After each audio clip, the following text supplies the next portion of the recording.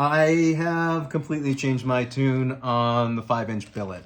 I believe that for most people that enjoy dirt riding, where the dirt riding isn't just hard packed dirt, you've got a mixture of like roots, rocks, tree stump roots, all that stuff, right? Divots. You're gonna want something. And I got my GTS set up with a 6.5 inch. I got one GT set up with a 5-inch billet hub, and I had a 6-inch billet hub on the other one, but I swapped back to the 6.5 to use my DRT tire, which I hope will come out soon.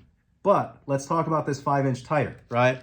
So I think that the biggest effect that you're gonna get is, again, that dampening effect. And the biggest thing I wanted to talk about that dampening effect is, that doesn't mean you can't feel the bumps on the road, right? That definitely isn't what it means. What it means is your rebound factor, foot to pad, gets a whole lot better, right? So on a 6.5-inch tire, let's say this is the rider on the deck, that is allowed to happen, right? Like, you're bouncing all over, you gotta try to keep your foot on that pad as much as you possibly can. This is coming from the reduced air underneath you, right? So it's rebounding you up because it's not squishing the tire in. Now you go to a 6-inch tire, that situation gets a whole lot better, but it's still bouncing you a little bit. The 5-inch tire, you're feeling every single one of those, but it feels a lot more like this. It feels like a lot more like that tire can go with you. It's gonna feel a lot more like the keel guards did. Keel guards, there's in the Sunny Wheels suspension, there hasn't been anything better than that in my mind. I know people didn't like the towers, they didn't like some of the mechanisms, but that truly was like the wheel being independent of the foot pads. And so therefore the tire could bounce up and down, but those foot pads would stay relatively level.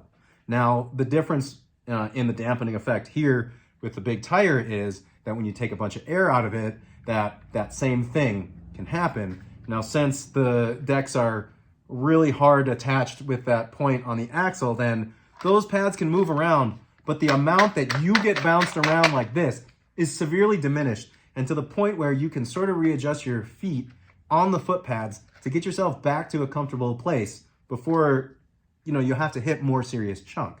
So at first I didn't like the 5-inch hub. I'm gonna be real honest with you guys. I had them around here somewhere, but I had a couple of tires that they didn't play well with me. I didn't like them. There is, I can think off the top of my head, like 6 to 12 tires that seem to fit the bill of having the 5-inch opening, but then also kind of having the outer qualities that we're looking for. The 7-inch tire is a little bit too wide for me. I don't like the non-maneuverability of it. And the 5 and the 5.5-inch tire were too skinny for me. So enter, everyone's favorite, the 6 to 6.5-inch tire.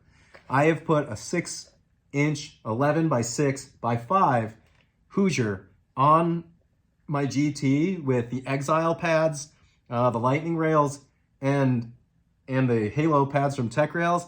And I'm gonna say right now that that's automatically probably now my favorite board to take off-road, because it allows me to enjoy my ride more, and it allows me to focus on the skills and the riding ability that I want to have instead of doing rebound mitigation, which is what I have to do with the 6.5 when I go over fairly rough terrain. And this year's been a really great year to test all that out. There's been a ton of rain going on all the trails. So all the trails have those like ditchy watermarks in them that make your whole tire rumble when you're going along with them. And again, when you got that rebound effect, what's happening is that nose is like allowed to dip down. So it's really not confidence inspiring to go super fast through. With the 6-inch tire, you're gonna be able to go a little bit faster, but you're still getting a little bit more of that rebound. And then with the 5-inch tire, you are not getting that same rebound action that is causing your feet to slide all over the place and making your ride more uncomfortable. So just in that, right? And you guys know this, if you've ever left a drink on your car and started driving away, and it's like still there when you're driving down the road at 30 miles an hour, and all of a sudden you hit a pothole and you got no coffee cup on your car anymore. That's happened to me a bunch. And so I can definitely speak firsthand on how that works. But that is probably the best metaphor that I can think of after riding these things around for like the last week or two and trying to make some decisions on what I wanted for my setup. And what I've decided is unfortunate to my budget, because I'm a lot like you guys. I don't have an unlimited budget. The reason this all exists is because, one, I can still work part-time online as a PT, meaning I make most of my money from helping people get over injuries and get better and do all that stuff over the internet. I used to work in facilities. I used to direct facilities and do that kind of thing. I really stepped back from, I took a real big step back from kind of the medical thing, and I don't want anything to do with it anymore. I prefer where I'm at. So with all that being said, the thing that I've decided is to have 2 or 3 different setups.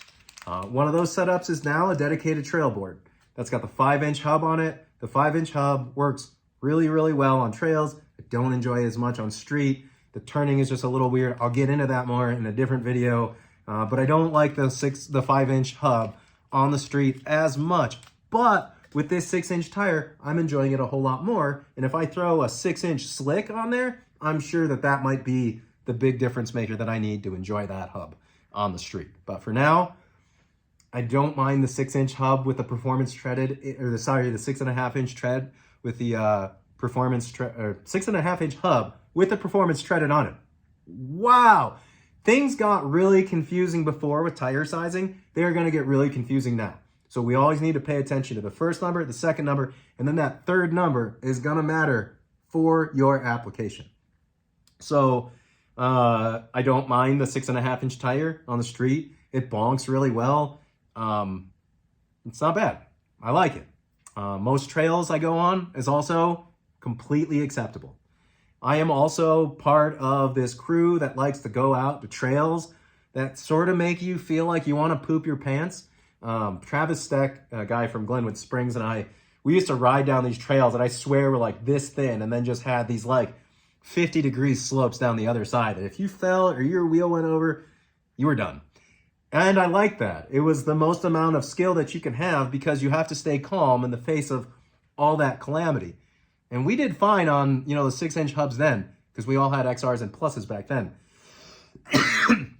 But I can only imagine the difference that going on that rocky little goat path with a 5-inch hub is going to make in the future when we get them. And so if you're an aggressive trail rider and you constantly find yourself on chunk, your board is in your car because you're waiting to drive to the trail, then maybe you want to go to the 6-inch hub. Or I'm sorry, you want to stay with the 5-inch hub because you're a trail rider. That's all that matters, is that you are stable and comfortable on that board so you can unlock more of its abilities. Now, if you're like a half street, half trail guy, or any combination like in like 20%, give or take, of that middle, then probably you're going to want to go to that 6, because that's going to be a little bit more universal for you. And if you are just a rider that enjoys going out, you don't necessarily need to go any super special terrain or anything like that, go ahead and just stick with the 6.5-inch hub. There's a ton of great tire options for it now. The performance treaded is a wonderful tire on the 6.5-inch hub. That's what's on my GTS now, and I'm really enjoying it. I'm gonna ride that tire until it goes bad. From there, I'm gonna try a goat again. I tried it a little bit on other people's boards, really enjoyed the tire. I think it's fantastic. The Enduro, the Street Pro, both of these tires are fantastic tires, way better than the stock tires. I have my own rating system for what I like in terms of the orders of those tires, but until you've tried out all those tires, definitely don't knock the one that you haven't tried, or don't say that the one that you have is the best one ever when you haven't tried the other ones. Just try the other ones, decide what you like, decide what works for you, and then go for that. So those are what I think should happen. Again, I have completely changed my tune. When I first got the 5-inch hub, I didn't like it out of the box, all installed.